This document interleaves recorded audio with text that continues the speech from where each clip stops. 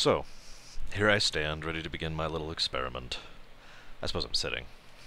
Um, so, I've been debating format for a while now. When I review a game, I do a great deal of time and thought presented into thinking about it, exactly what I want to say, exactly what I want to discuss, what I think is worthy of discussion, and I take little bullet points, right? Because the games I review, with some exceptions, most of which have been removed from my channel, I know well enough so that I only need a bullet point. When I see, like for example, my FF10 review I just did, I had a bullet point that said Orin, and that's all it needed to say because I knew what I was talking about.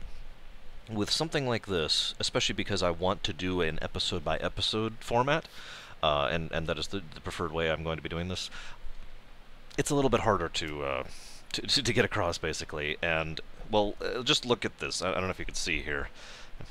There we go. You see the sheer amount of notes I have scribbled down since I've been watching Caretaker. By the way, I'm actually onto the next page here, too.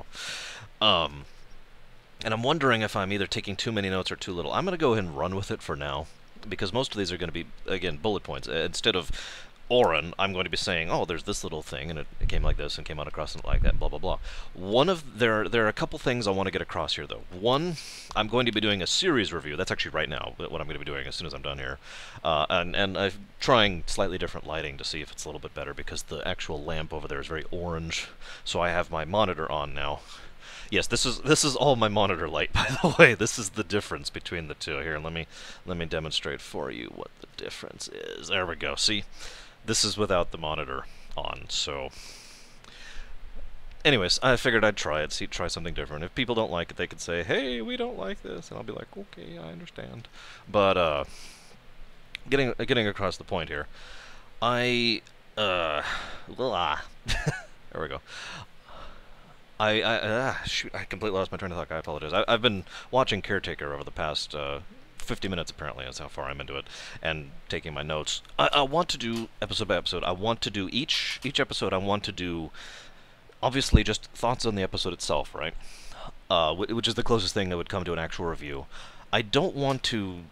Obviously, there's going to be some runover. Other people have reviewed these shows. Sci-Fi Debris is an excellent example, and there's going to be at least some runoff, and there's very little I can do about that, to be honest with you, but I'm going to try and avoid repetition, especially for repetition's sake, you know. I'm also going to generally not be bashing the episode, unless it's something I think is particularly head-splitting, or something that is I'm going to mention to get a point across. So, in general, I'm going to be looking at the more positive things in an episode, at least percentage-wise. I also want to do this section, which I've just kind of referenced here as what I'd do differently, or changes. I don't know, I need a better title than that. What I would do, and I have to, I was thinking about this, I have to kind of limit this concept to an episode-by-episode basis, because if I don't, then as I was rewriting Caretaker in my mind, I realized that I would have to immediately rewrite the next episode, and then the next one, and then the next one, in order to accommodate the changes in Caretaker. So I'm not going to tell you how I would rewrite the series, even though I could do that. I am going to tell you each episode what I would do differently. If I was in charge of creative design and writing and in Voyager, and the execs came down and said, basic premise of Caretaker, go do it. This is how I do it, and this is how I change it around to try and make it fit better. I'm also going to make a promise here right now. There are 3 episodes of Star Trek Voyager that I do not watch on repeat viewings of the series. I'm sure most people could guess several of those, but I'll go ahead and tell you. Alliances, Q and the Grey, and Threshold. Now, Alliances pisses me off, Q and the Grey is awful, and Threshold gives me cancer. So, I'm sorry, all joking aside, I am one of those people who fervently believes Threshold is, by far, without question or hesitation, the worst episode of Star Trek, and indeed, one of the worst episodes of television I've ever seen in my life. But I'm going to go ahead and cover all 3 of those episodes, and do the best that I can in order to discuss them. And indeed, I do have something to discuss when we get to Threshold, other than the flagrant stupidity. I still have to mention it, I have to, but moving on. Star Trek Voyager, right? Let's look at my other notes here. Okay, Star Trek Voyager. This is kind of not in any particular order, I do apologize. But the series as a whole. Now, I'm going to go ahead and mention the big point right now, because I'm probably going to be reiterating this point throughout the review. And by review, I mean throughout the review of the whole series, and for which I apologize. But Star Trek Voyager was potential incarnate, okay? What I mean by that is the series, just the basic premise of the series had me electrified when I first heard that Voyager's coming out. The idea of going into the unknown, of being beyond the frontier again, being at the furthest edges of space, truly dealing with the unknown and the exploratory aspect and the dangerous aspect of that. And something else I'll get into in a minute in more detail, that premise hooked me. Just like that. I was so psyched. I was so pumped when Voyager came out. Voyager, both in terms of the series and in terms of episode by episode, has so much potential. The actors are not bad actors. Some of the writers are not bad writers. I have to say some. There is good directing going on. There is good set design and arts design. Music was bland, but unfortunately, that's something that I'm not even going to discuss. And anybody who knows the history of music throughout Star Trek, especially in the mid-TNG era, right after Best of Both Worlds comes to mind, knows exactly what I'm talking about there. But other than the music, and really the writing and the, ironically, the creative directors, the people in charge of everything, Voyager had a lot going for it. And there, even way back here, I'm watching Caretaker. You goddamn cat. Even way back here in Voyager, there is so much. I apologize. Back in Caretaker, there is so much potential on display. They have already had, like they'll have. Okay, Voyager as a whole, if I was to put one word on it, that word would be vanilla. Plain, average, basic. It's not bad, with a few exceptions, of course, but it's not good either. It's just kind of there, and it's mildly entertaining. It's kind of like the popcorn of Star Trek, as I've used the term with reference to video games. It's a popcorn show, right? However, the thing that keeps it from being a popcorn show, the thing that keeps me coming back to watch it over and over again, is the fact that even amidst an episode that's just kind of you'll suddenly see one scene which is actually really good. There's either really good acting, or there's a really good concept on display, or it's really engaging, or they've got a really interesting thought process going on. It makes you think about something, something like that. And then it'll go back to the normal episode, and you're just left going, what? Voyager does this constantly, and it actually got worse later in seasons. One of my favorite examples of this to date, I believe it's season 6 or 7, I actually don't recall, I'll get to it eventually, but is when they started having big, impressive, interesting, character-driven plots that wouldn't end at the end of the episode. In other words, it wouldn't be resolved. There was so much potential there for that to keep going, for there to be continuity, and for it to be an evolving storyline rather than episodic. And then it would be dropped and never mentioned again. And that right there is probably, if I had to remove one thing from Voyager, if I had the power of the Q, and I was like, okay, I'm going to fix Voyager in one move, get rid of the fucking, excuse my language, reset button. Get rid of it. Seriously. Get rid of the reset button. Stop trying to default us every time an episode ends. Stop trying to be an episodic series. This is leading me into my next big point. Voyager... Okay, let me actually take a couple steps back here.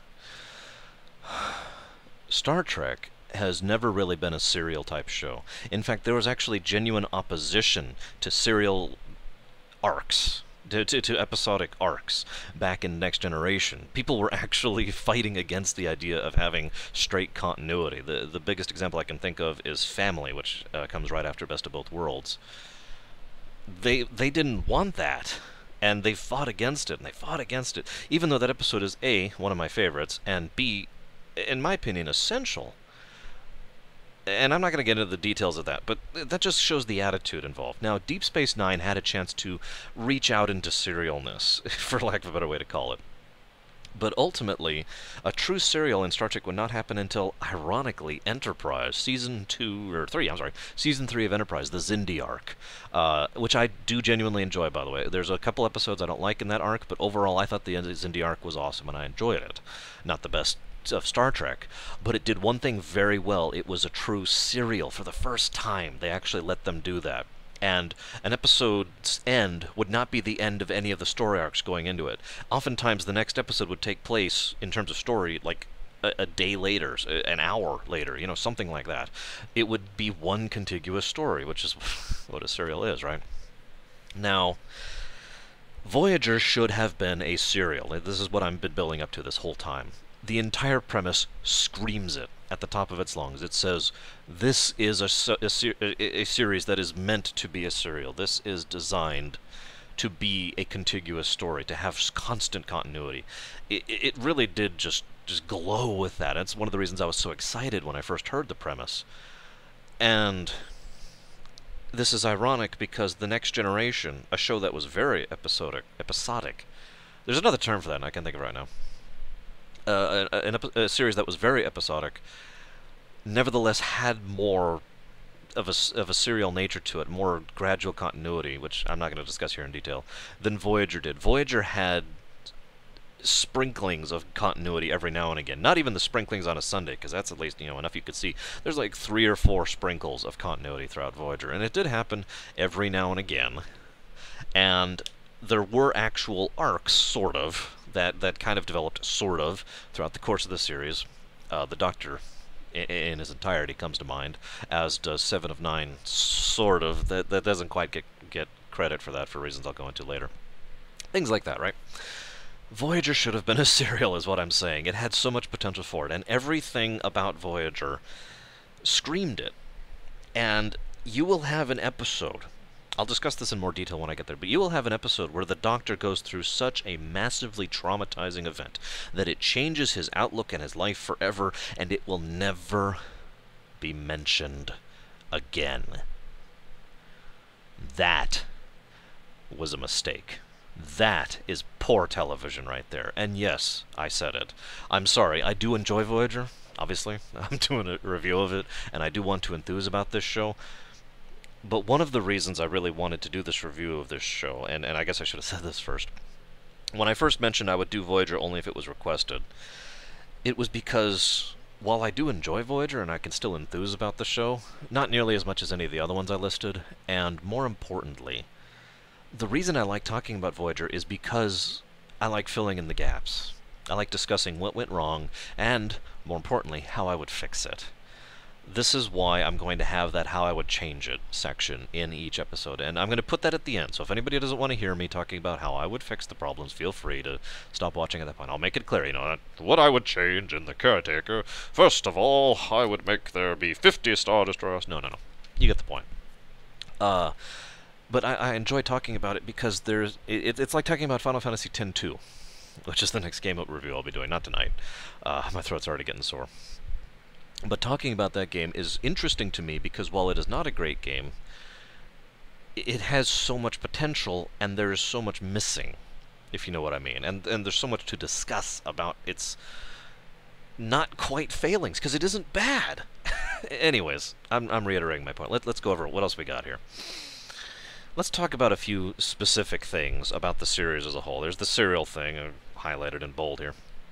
One of the things that is very important, especially with Voyager, but this is true in Star Trek in general. I have talked before about the difference between a believable story and a tale.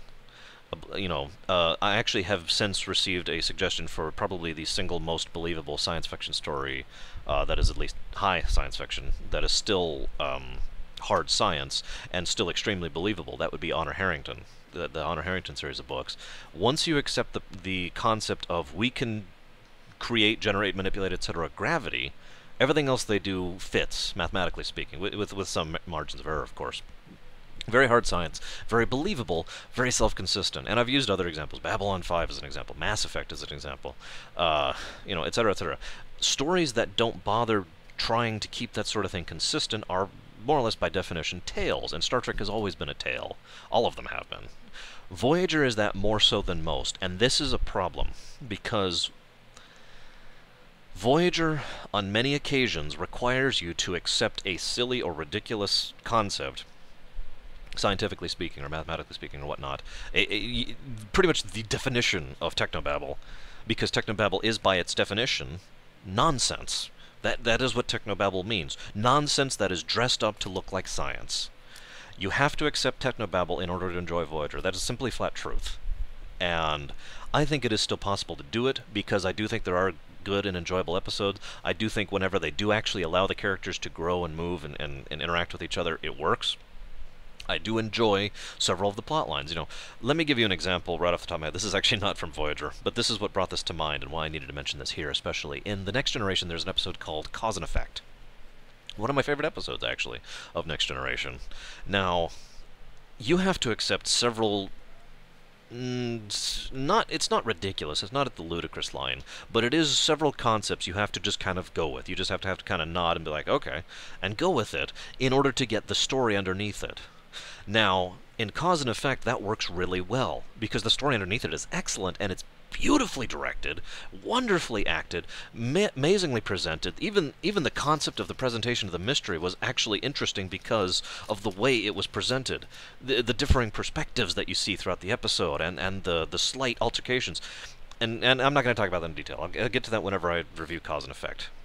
But none of that is possible to enjoy unless you can get over the mental stumbling block of, in essence, this is a tale. This is not designed to be realistic. This is not designed to be believable. This is not designed to be self-consistent.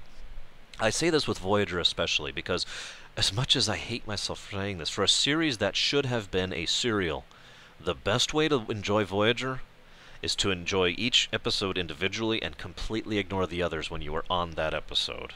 Because that's what Voyager does. And individual episodes can be good in Voyager. They can. And there are some story arcs, most of them later on.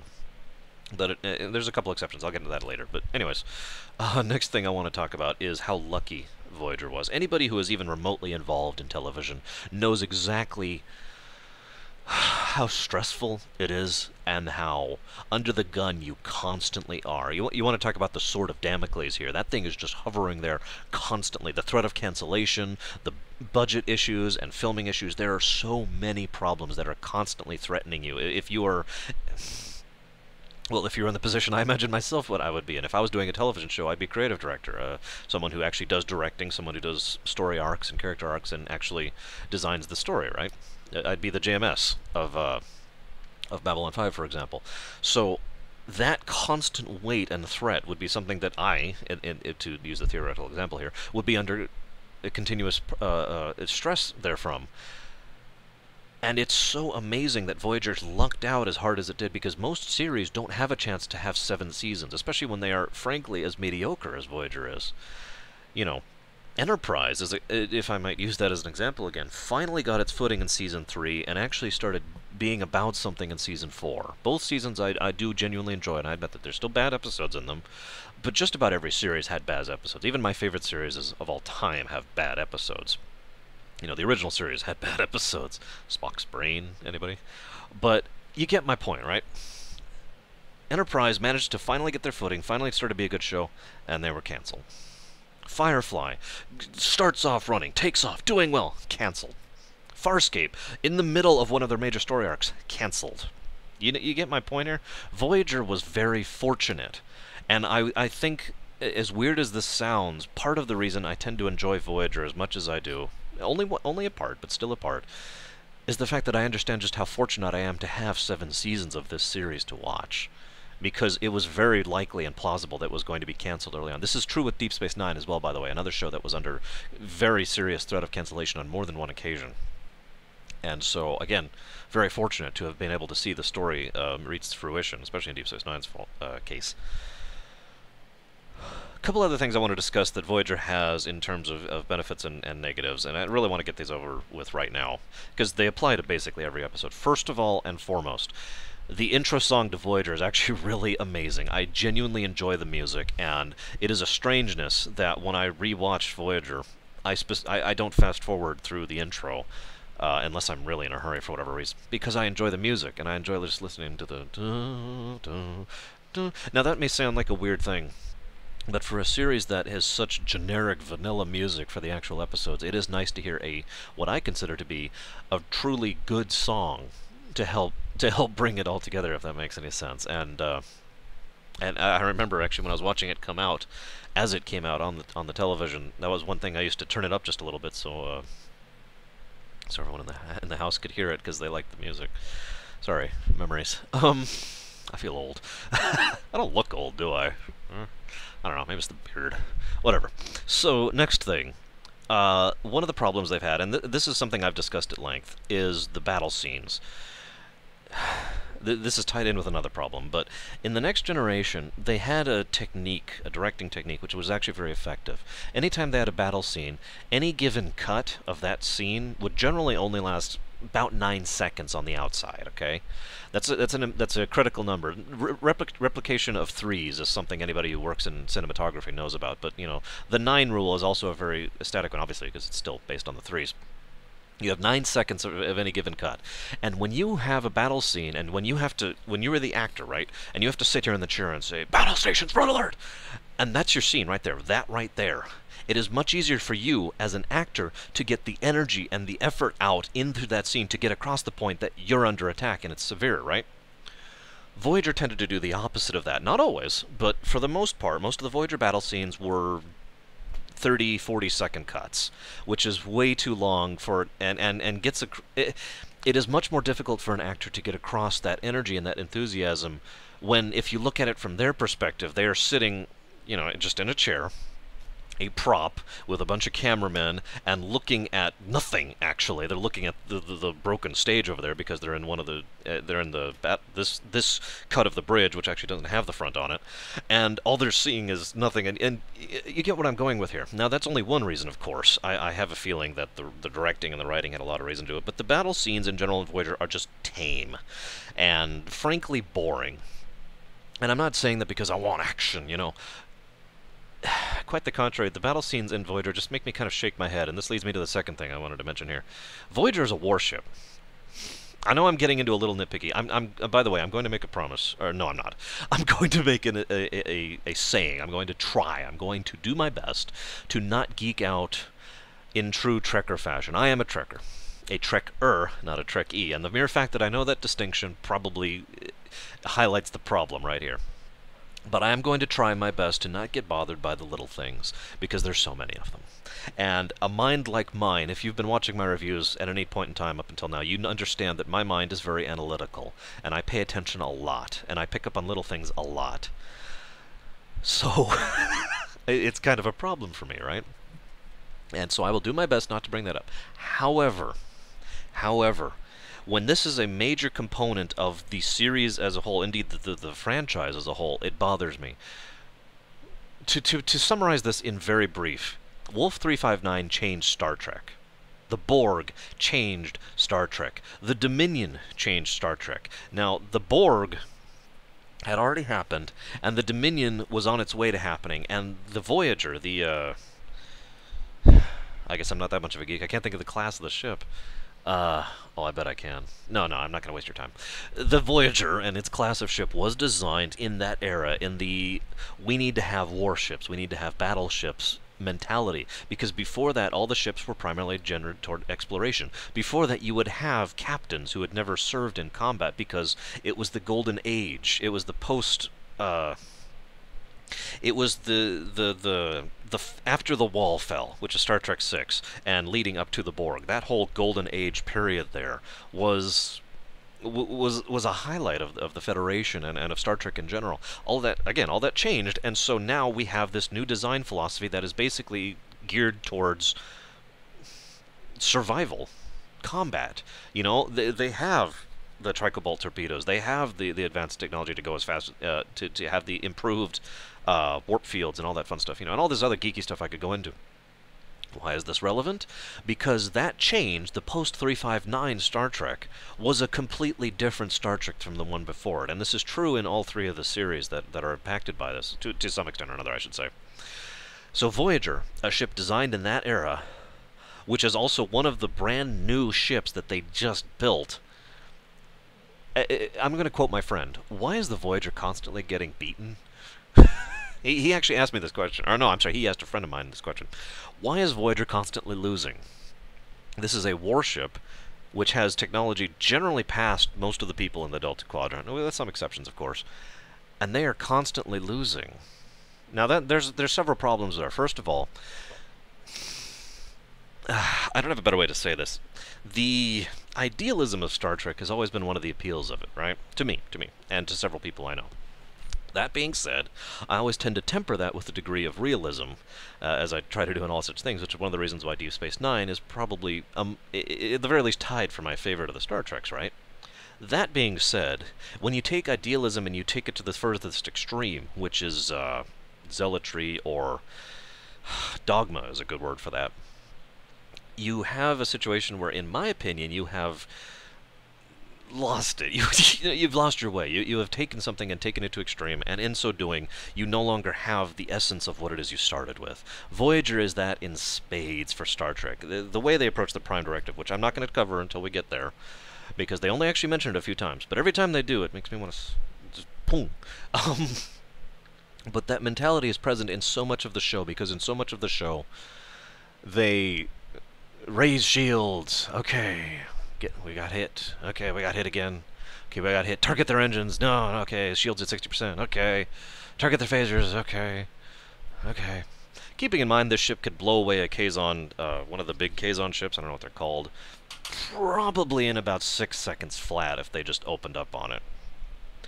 And yet they never do. Because they were always going for that whole, oh, we're more enlightened than that thing. And while I can get behind that idea, at least from a theoretical perspective, when you have a premise that is entire basis is the fact that you are one ship all by yourself, no backup, no support, in the middle of nowhere, you do not let your ship get beaten up constantly and lose constantly for the sake of artificial drama to show that you're the good guys. No, guys, no, come on. Work with me here, please, please. Now, that being said, and it's also worth noting that the battle damage, with one exception, I'm sorry, two exceptions, is always reverted by the next episode, and things that were serious drama the previous episode are completely irrelevant the next one. That happens a lot, especially in the early seasons. Nevertheless, despite all of that, I do still find myself enjoying the show as a whole. And I want to go into why that is here, which is my next thing here. Kate Mulgrew and Robert McNeil, I actually wasn't sure of his name, to be honest with you, and Robert Ricardo and Tim Russ are an excellent series of reasons why I enjoy this show. Because every time, like I said, they don't do long arcs like they should have. They don't do serial continuity like they should have. However, within the confines of an individual episode, all of those characters do have moments when you can see those actors trying. You know what I mean? They actually put forth the effort. You see Mulgrew right here in Caretaker, right? I know I'm not reviewing Caretaker yet, but let me just use this as an example. There's a scene where Kate Mulgrew Janeway is absolutely exhausted, and she's just laying back there, and it gets across in her tone. I can't actually do it right now. She gets across in her tone just how weary she is and how screwed up she is right now. And she talks about how she barely even knew Harry Kim, and now he's gone. And you could hear in her voice, she doesn't say it, but you can hear the implication that she considers the fact that he might already be dead. They never have to say it. They say it by showing it. And her interactions with Tuvok, Tim Russ, really nailed that scene. It was an excellent scene. I loved it. And several of the scenes with Tom Paris and with Harry Kim, and with Taurus and so forth and so on, several individual scenes, and just about any scene the Doctor's in, are really well done. As strange as it sounds, Voyager, despite the fact that it's most known for its quantum and for its random fixes for everything, just smear some quantum over the lens here, there we go, problem fixed. Despite that fact, and despite the fact that the series is the least consistent series I've ever even heard of, this is a series where they go infinite speed as a B plot. Despite all of those things, it was very character driven within the confines of individual episodes, and a lot of the actors really did have a chance to put forth a good display in those individual episodes, and I do enjoy several of these characters. I like Tom Paris. I like Tuvok. I like Janeway sometimes. I like I like the Doctor. I like Kes. I didn't mention her, actually, for reasons I'll go into much later. But, I liked Kes. I liked Seven of Nine, actually. And I'll get into her much later. I'm not going to discuss her now. But I will say, regarding the series as a whole, I do think adding Seven of Nine to the crew was a good move. I think getting rid of Kes was a bad move, but whatever. We'll discuss that when we get to it. Let's see, other things. I already mentioned that because there's moments of awesome. I do want to say one other thing about the series that amuses me. This is a term I am borrowing, but it makes so much sense that I have to. Janeway of Borg. This I have to mention because in the concept of what I would change, if there's one thing I would change for across the series as a whole, other than turning into a serial, it is the fact that Janeway of Borg works. What it means is that Janeway, the captain, is rather consistently, with a relative level of consistency, I should say, inviting new people to join the crew, okay? And inviting and being tolerant and accepting of random and different ideas that probably wouldn't go on a standard Federation ship. And you could see where they were going with that. The idea was to have what is effectively a ragtag crew, okay? Not the clean, perfect, we're the Federation and we're always perfect people. Which is funny because that's exactly what they had in most episodes, and they get really preachy sometimes. But you can tell that the effort was there on some of the creative team to get what's the word I'm looking for? A mix, a hodgepodge of different perspectives, of different ideals within the crew in order to better flesh out the episodes and in order to better flesh out the series as a whole. And it is such a shame that they never actually were able to fully realize that, again, potential, right? But it amuses me greatly because it's such a term that is used somewhat sardonically. However, I actually like the idea of the captain assimilating, quote unquote, different people. You know what? We're going to use a different word because it's not assimilating; it's accepting. Accepting different people into her crew and accepting different people from different perspectives into the fold. If it had been done properly, it would have been amazing. And one of my favorite, one of the only times she does this, and I'll talk about this in detail later, in Caretaker, is when she accepts the Maquis right off the bat. Not when she accepts them into her crew, when she immediately, without hesitation, says we should work on this together, and it is the Maquis who has to be convinced on that. Now that makes perfect sense in every way. But it demonstrates the ideal, I think at least, that they were reaching for. That Janeway was supposed to be the tolerant and understanding captain who was willing to reach out to her crew. It's just a shame that so many episodes completely and utterly contradict that. But I believe I'm out of notes regarding the series as a whole. Let's see, potential, telling a tale, what I'd change, scene, I already mentioned that. What does that say? One other thing I want to mention. This is, I could have mentioned this in Caretaker, but this is a good place to mention this. One of the biggest problems Voyager had, from a real-life perspective, is the fact that so much of the team that worked on Voyager is the same team that worked on The Next Generation, or was working on and then worked on The Next Generation. That is a problem for several somewhat mundane reasons that most people probably don't think about. Not only are their ideas probably getting a little old, which is the obvious thing, but more importantly, imagine that you have created a rapport with the people you're working with the other team, with the other writers, the other directors, the musicians, all this stuff, and all of a sudden the actors, who are a critical component of that, are pulled out, and then you put a brand new bunch of actors in there. Now these actors did eventually, by the end of the series, get a good relationship with each other, I think, and actually managed to create that sort of family feeling that a lot of television series do engender, the good ones anyways, within their cast. And they did manage to work with the team as well, the creative team. But early on, it was extremely apparent that the actors didn't know the directors and vice versa, and the writers didn't know the actors and vice versa. And so there was a lot of artificialness. The fact that the crew of Voyager in Caretaker, by the end of Caretaker, is already embracing the "we're a family" concept is too much. And the reason it's there is obvious, is because if you replace every member of Voyager's crew with the crew from The Next Generation, with Picard at Picard in the captain's seat, and Data and Riker and all that, right? It suddenly makes perfect sense, doesn't it? Because they were a family by that point, both the characters and the actors. Completely swapping that out with complete strangers who just started working with each other yesterday, or relatively speaking, you know what I mean, doesn't work as well. And it also does the series a disservice within the setting, within the lore. And I'll talk about that a little bit more when I actually get to Caretaker. But for now, I'm going to go ahead and finish watching this episode, and finish taking my gigantic notes, and upload this in the interim. And I'm using the wrong mouse. There we go.